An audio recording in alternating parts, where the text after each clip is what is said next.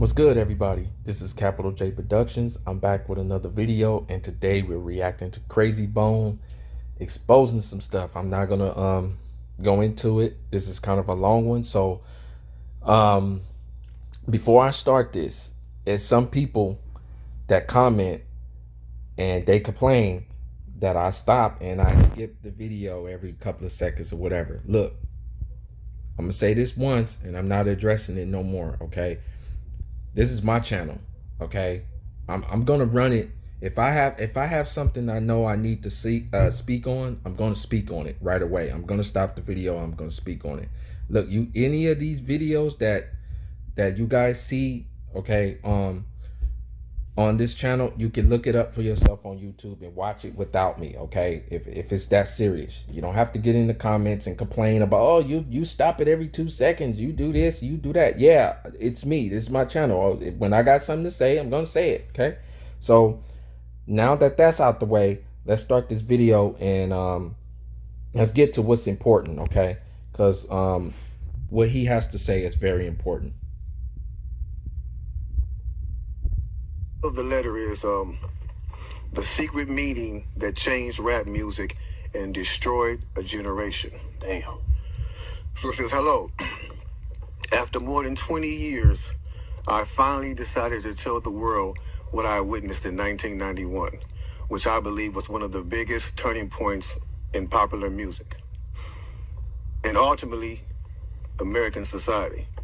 I have struggled for a long time weighing the pros and cons of making my story public, as I was reluctant to implicate the individuals who were present that day. So I've simply decided to leave out the names and all the details that may risk my personal well-being and that of those who were, like me, dragged into something they weren't ready for. Okay, so he's talking about this secret meeting, like he was saying about that they had. It was like a secret meeting to move hip hop in a different direction, so they could put more black men in jail. Basically, this is Krayzie Bone, a rapper. So let's just keep listening. Hold on, let me So we gonna tell a story. we gonna tell the story. We ain't scared. You know what I'm saying? What they gonna do? They after us, not just playing. Look, that black man. So look, so he says, between the late 80s and early 90s, I was what you may call a decision maker with one of the... Yeah, that was around the time where righteous hip hop, I remember that time frame. I was around about 8 years old, 9 years old around that time. Around that time frame, there was righteous hip hop, and then next thing you know, gangster rap just took over.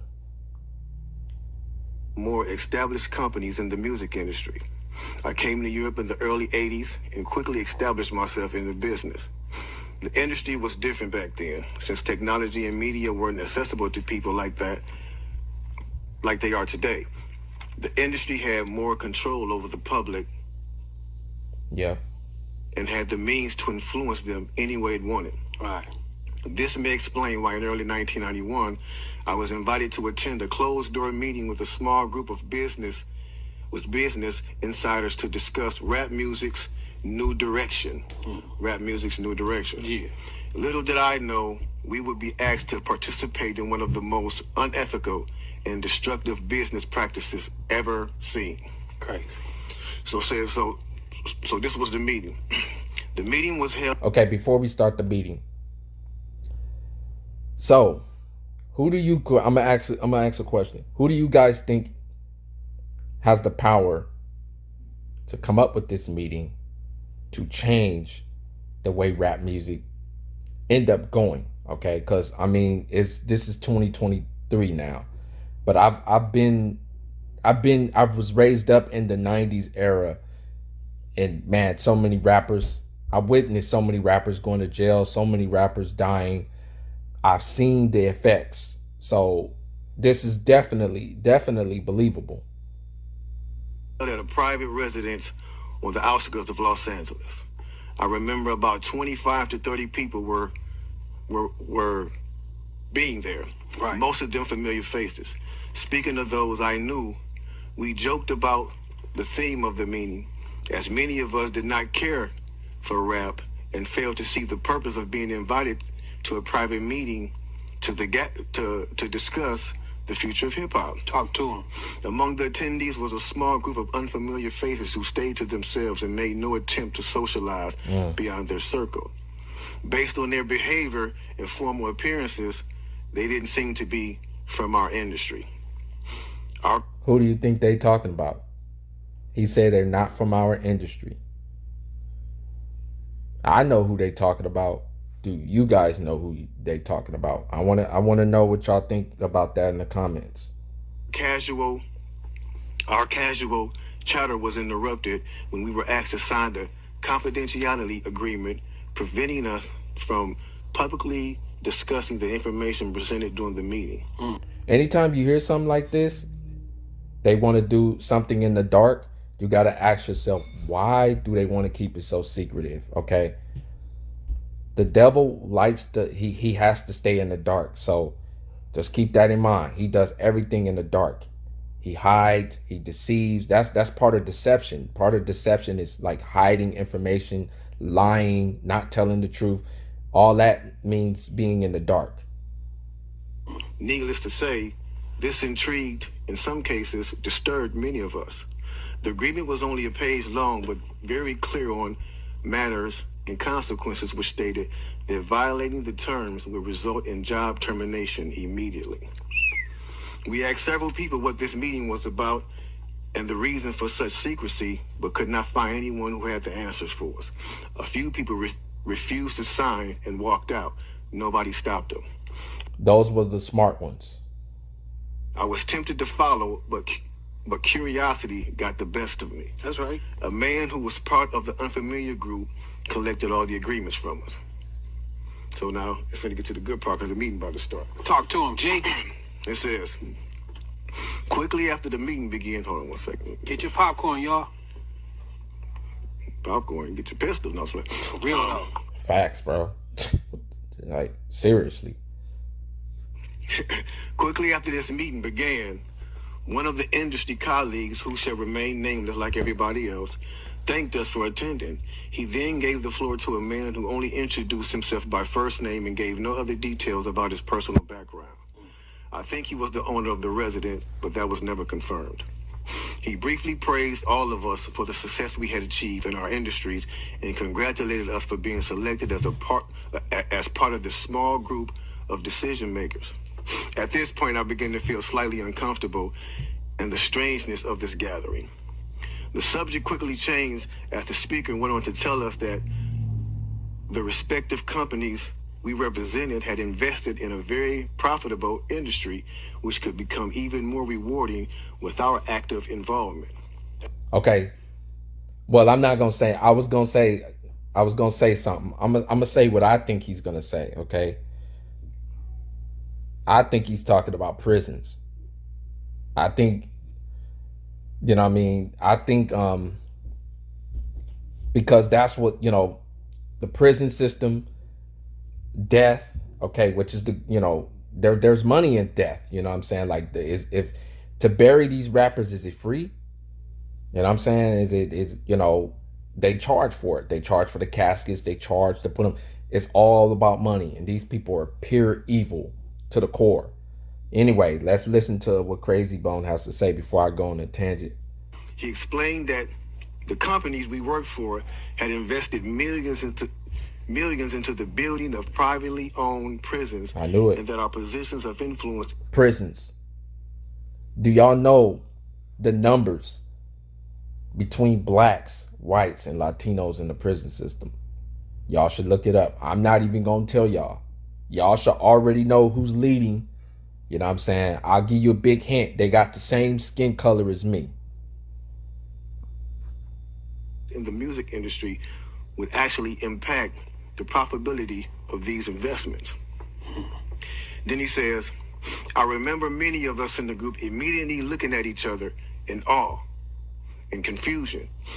So basically, this, who do y'all think planned this? So who do you think this guy that's presenting this business opportunity to these rappers and to these people that's in the music business, who do you think he was? Do you think he was a black man? Do you think he was a white man? A Mexican guy? Who do y'all think this guy was? I want to know in the comments. Same time, I didn't know what a private prison was, but I wasn't the only one. Sure enough, someone asked what these prisons were and what any of this had to do with music. Okay, I'm gonna ask y'all another question because I wanna see what y'all know. Who do y'all think owned all the prisons? Okay, because see, nobody thinks about these things. This is why I gotta comment and I gotta ask you guys this question, because y'all have access to the internet, but y'all don't use the internet properly. Y'all use it for all this bullshit that y'all do, but y'all don't use it to educate yourself, which is what you should be using it for. We were told that these prisons were built by privately owned companies who receive funding from the government based on the number of inmates. Funding from the government. The government supports prisons. I want y'all to think about that, okay? The more inmates, the more the government would pay these prisons. So hold on, let me get this straight. Now, I've kind of been on this, but this ain't new information. But I'm just thinking, right? What they do is they basically, since they in control of the money, right?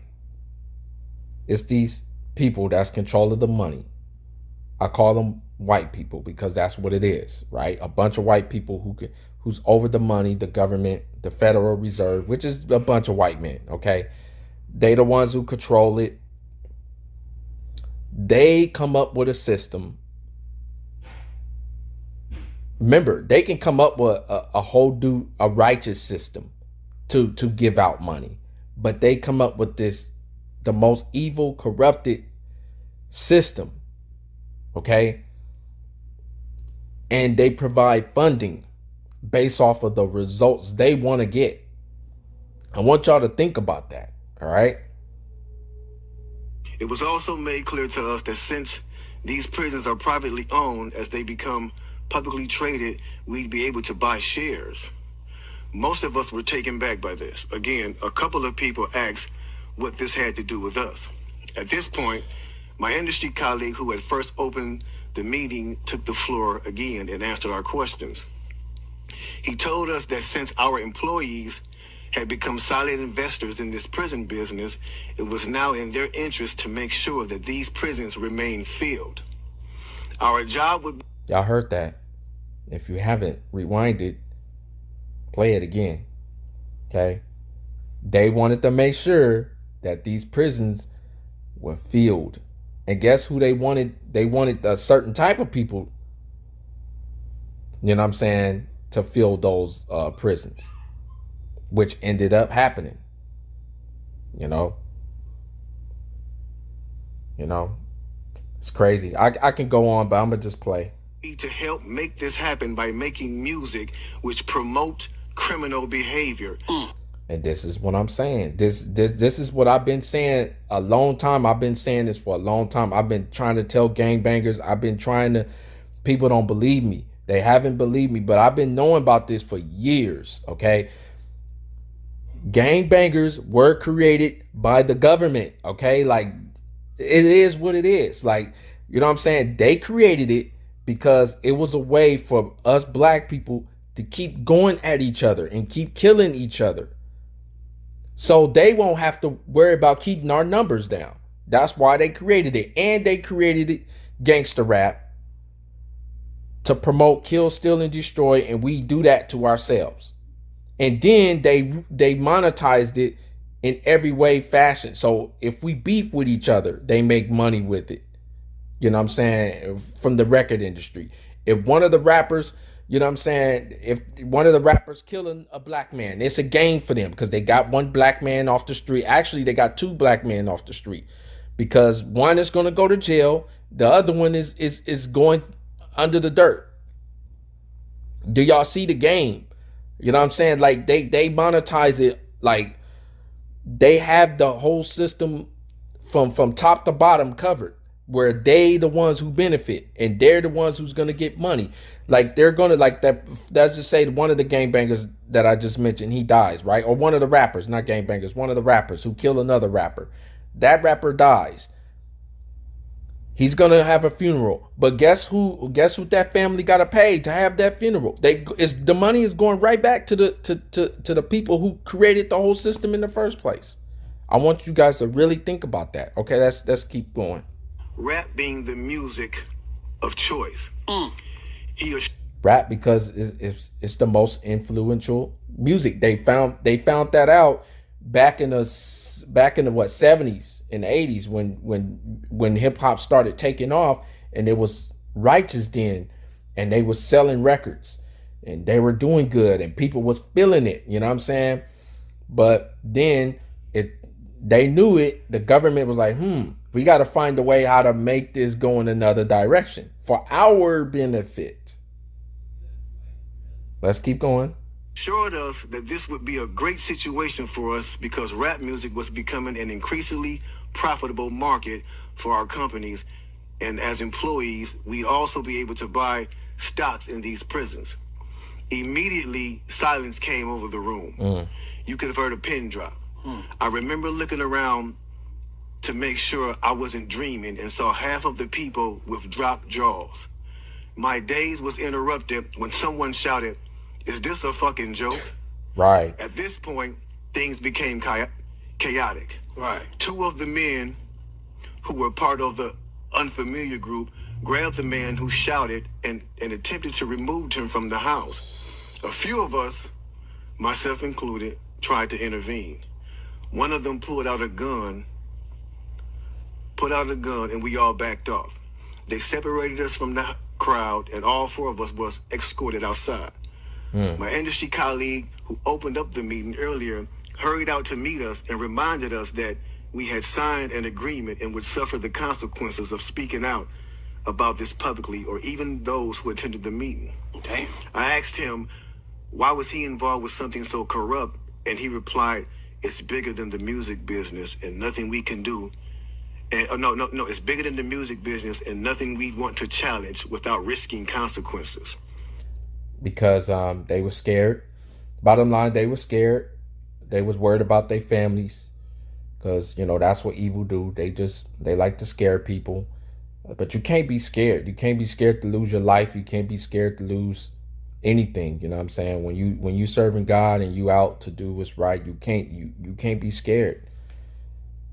But it's like what I do, it's rare. And I know God picked me to do this, you know what I'm saying? Because I was told to do this. I didn't do this just to do this, you know what I mean? Or trying to get attention, or anything like that. I did it because God wanted me to do this. So this is why I'm creating these type of videos. But yeah, if you don't serve God, you're not gonna go up against the grain. That's it. Because you're gonna need God to have your back going up against these people. But let's carry on. We all protested as we walked back into the house. I remember word for word the last thing he said. It's out of my hands now. Just remember, you signed an agreement. He then closed the door behind him. The men rushed us to our car and actually waited until we drove off the property. Damn. So this meeting, bro. Now that's a lot for a meeting right there. Oh yeah, definitely. And this person later on, he said, this person actually ended up leaving the music industry after this happened.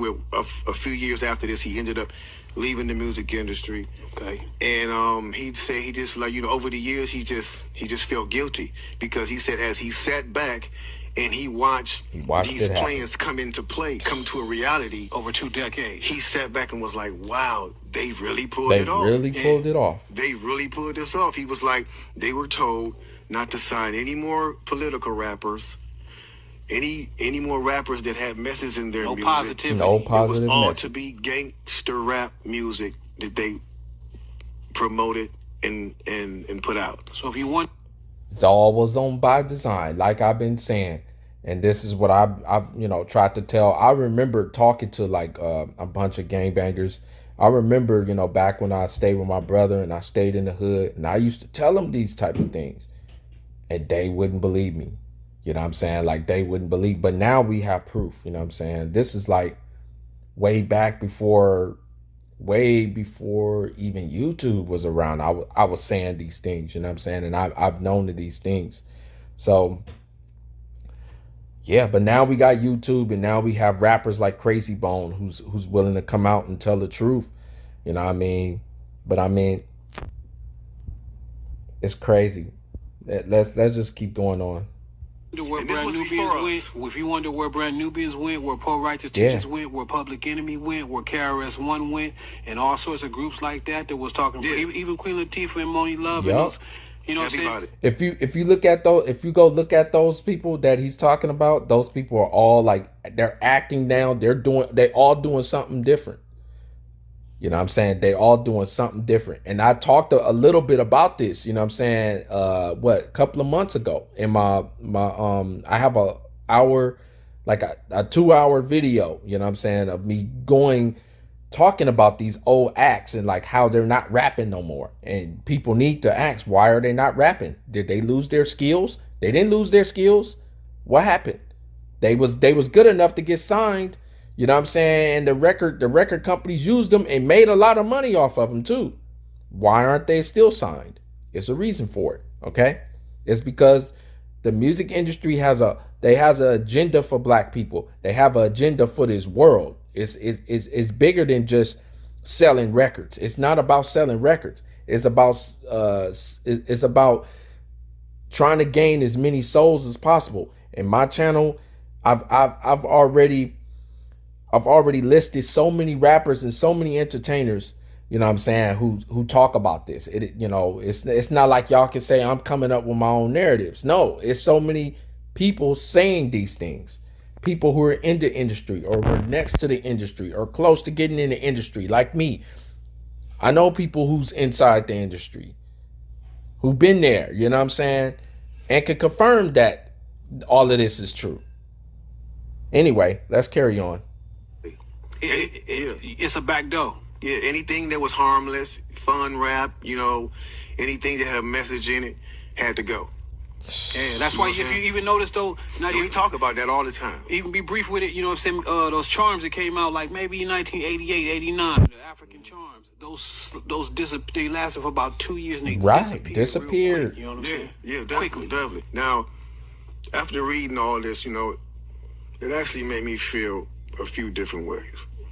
The first emotion I felt was shocked, because I was definitely taken back by this, just knowing the level of evil that's involved by even thinking of a plan like this. You know what I'm saying? Okay, I want to stop this because Krayzie Bone was part of the problem too. Like he if y'all go listen to Bone Thugs and Harmony, they was about that demonic life too. Like most of their music is about, demonic Ouija boards. They got all of that. I mean, their music is dope. Don't get me wrong. I listened to their albums plenty of time, but it's funny how he's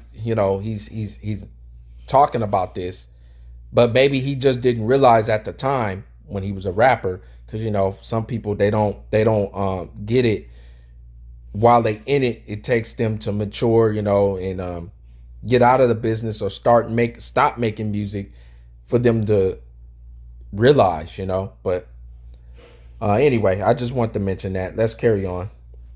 The second emotion I felt was anger because it's not enough for them to exploit our culture and make all the money off of it, right? Because let's keep it real, the industry has never been favorable towards the artists, never.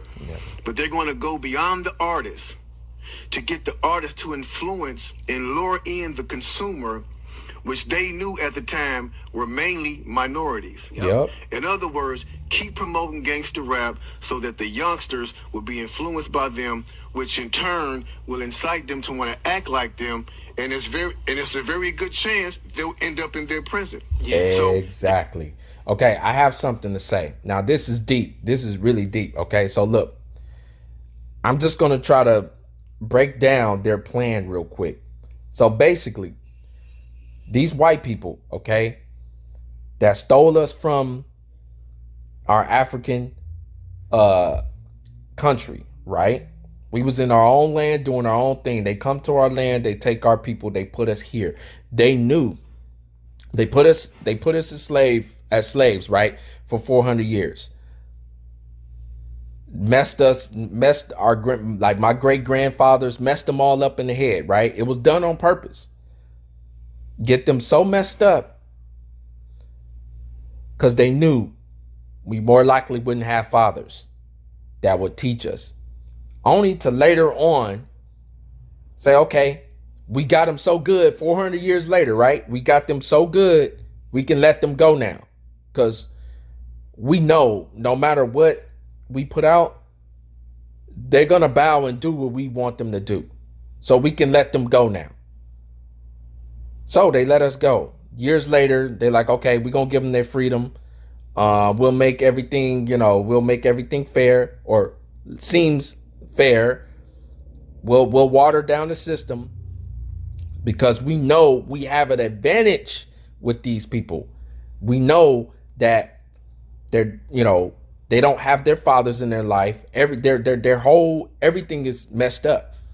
It's not like they can go back to the African countries and get information from how the Africans see us over there. We have no connection to our roots from where we from.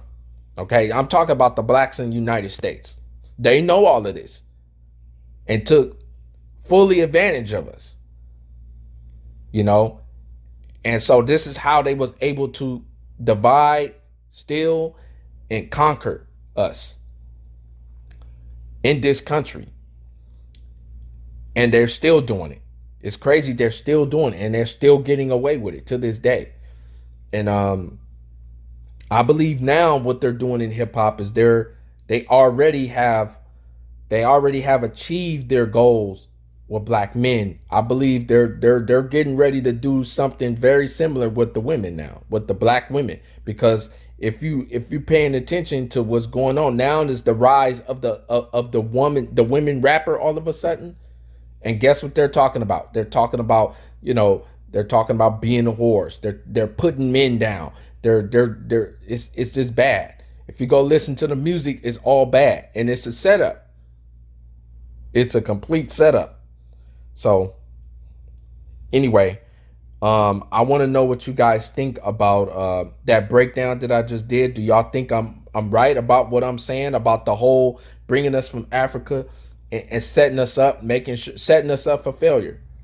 Their goal was to set black people up for failure, for complete failure, for their own good.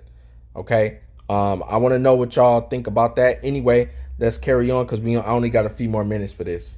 Paid twice. They're getting paid from the artists they signing, and then they're getting paid from the people that these artists influence that goes to prison trying to be like these artists. Yep. Yeah.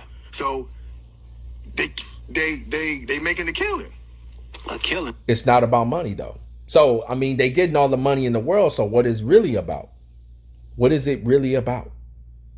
I want to know what y'all guys think. What is it really about? Because I know what it's really about. The smart people like me, we really know what it's really about. But I want to know what y'all think. Anyway, let's carry on. They're using the music business to promote their private prison business. Yep. My man is right there talking that right. 1988, a man named Tom Beasley, man. That's the co-founder of the corrections for Corporation of America. That's the CCA. You know what I'm saying? Excuse my French. I'm reading this thing right there real quick. It's the CCA. So in 1988, he founded that, and this is in straight concert with the same thing. So it's like the music business. You do what you do on your side, and over here with the correction facilities, we're gonna do on this side because. And now in 1970, there was 500 prisons. You know what I'm saying? Only 500 prisons in the United States. To this day, there's 1,700 prisons right now. That means big business. I'm talking about that then flippled over. You know what I'm saying? If we flippled over. I want to add this. It's big business because, in jail, basically you're like a slave in jail. You know what I'm saying? Like, like they don't get paid that much money in jail. That's why, you know, it's known that like other people have to put money on your books. Okay, that's a known thing. Um, it's like you're a slave, you know what I mean? And that's what they want. And I think it's I forgot the exact number, but I think it's well over 2,000 prisons now in the United States. So I mean, they did this on purpose. But why? Y'all got to ask yourself. They could, if you got control of the money, right? You could do what you want, and you want to make this world better. Why don't you come up with a system that does good and rewards people for doing good? You know what I mean? But they did the opposite of that.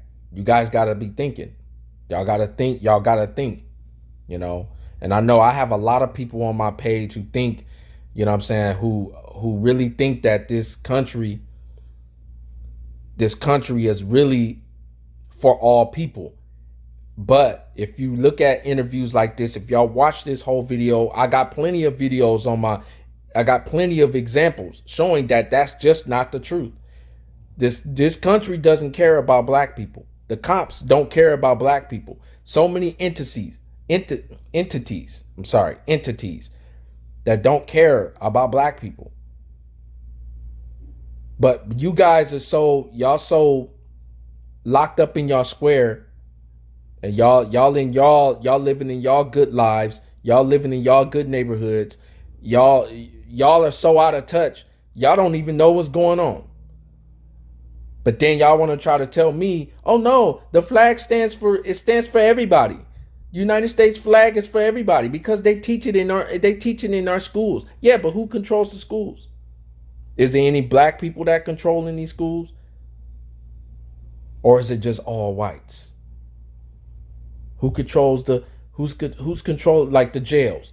If the jail was a fair system, how come they don't have any black owners? Think about what I'm saying. Y'all gotta start using your mind and stop believing what y'all see on TV.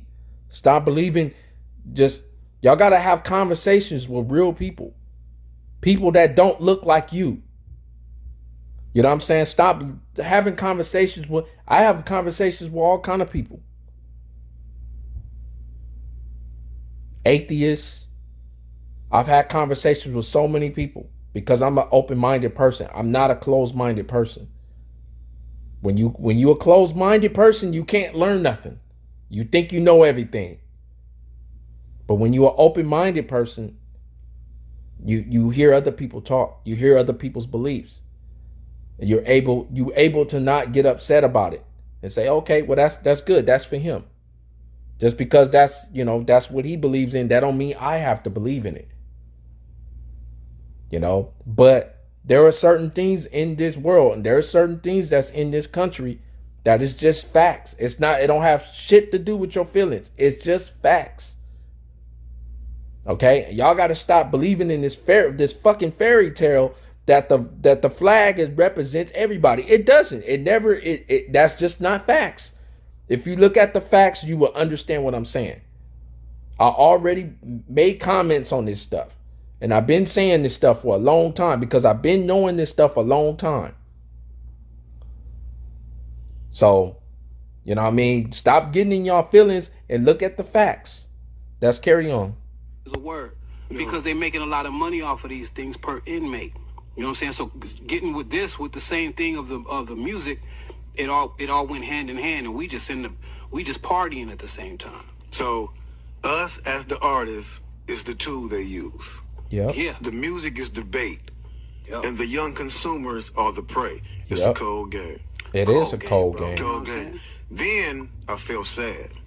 Sad because everything we seem to try to create, we always seem to give it away. We're always being tricked and deceived into believing that they have our best interests at hand. They don't. Clearly, they never have. And they never will. They never will have our best interests at hand.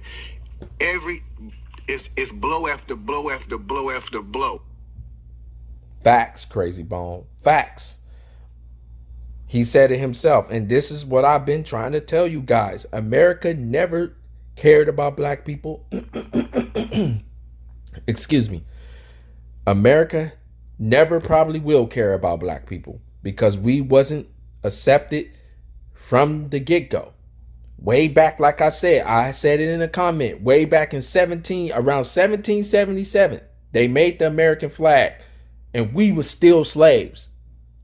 We were still slaves. They was lying to Americans saying, oh, we're representing all people. But we were still slaves at that time. So anyway, you guys are free to believe what you want. I'm just here to tell y'all the truth. It's always facts over feelings. If you're going to get in your feelings and you're going to get mad, hey, you know what I'm saying? But y'all can't change history. You can't change what really happened. Y'all can't. It's just like all of these things coming out now, right? You know, some people have been knowing this for a very long time. Like people like me, right? We've been knowing this stuff for a very long time. And been going through it. It's not just hearing it from other people like me. I went through it. I know what it's like. I know what it's like to have a gun put to my head from a cop and I ain't did shit wrong but get pulled over. And I wasn't even speeding. Wasn't doing nothing. I know what it's like to be in the back of the police car and wonder what the fuck is I'm even in here for, in handcuffs. And I didn't do shit wrong but be a black man coming from work. I know what that's like. You know what I'm saying? So it's, you know, it's things like that. It makes you wonder, okay, what's really going on? Because if all this can happen to me and I ain't did nothing wrong, then what's really going on? Anyway, that's our video for today. I want to know what you guys think. I'll be in the comments. I'll be waiting. I hope you guys know your stuff, because if not, I don't allow false, you know what I'm saying? I'll allow people to post what they want to post, but I don't allow false narratives, okay? And I don't like lies. I'm you know, I serve God and I understand why God don't like lies, because lies can really fuck up a lot of stuff. And I mean, it's just facts. So when I see something that I know it's not true, I'm going to respond to it, okay? It's not that I'm trying to be right about everything, and you know what I'm saying? But I do appreciate you guys commenting and sharing your thoughts, you know what I'm saying? And I'm going to do that because, you know, I believe like that's what this country is all about. You're supposed to be able to share your thoughts and everything, but it's one thing to share your feelings. It's another thing when it comes to facts, okay? And I just want to leave you guys with that. But yeah, I see you guys in the comments, or whoever comment. I'm sorry this is a long one, but this was a much needed video. I have seen some of this before, but I haven't seen the whole thing. But Krayzie Bone he's on point. You know what I mean? And he used to be a part of the system. He got used he's one of the rappers that, you know, that was rapping about killing, stealing, destroying. Maybe he realized it at the end and changed. But yeah, I want to know what you guys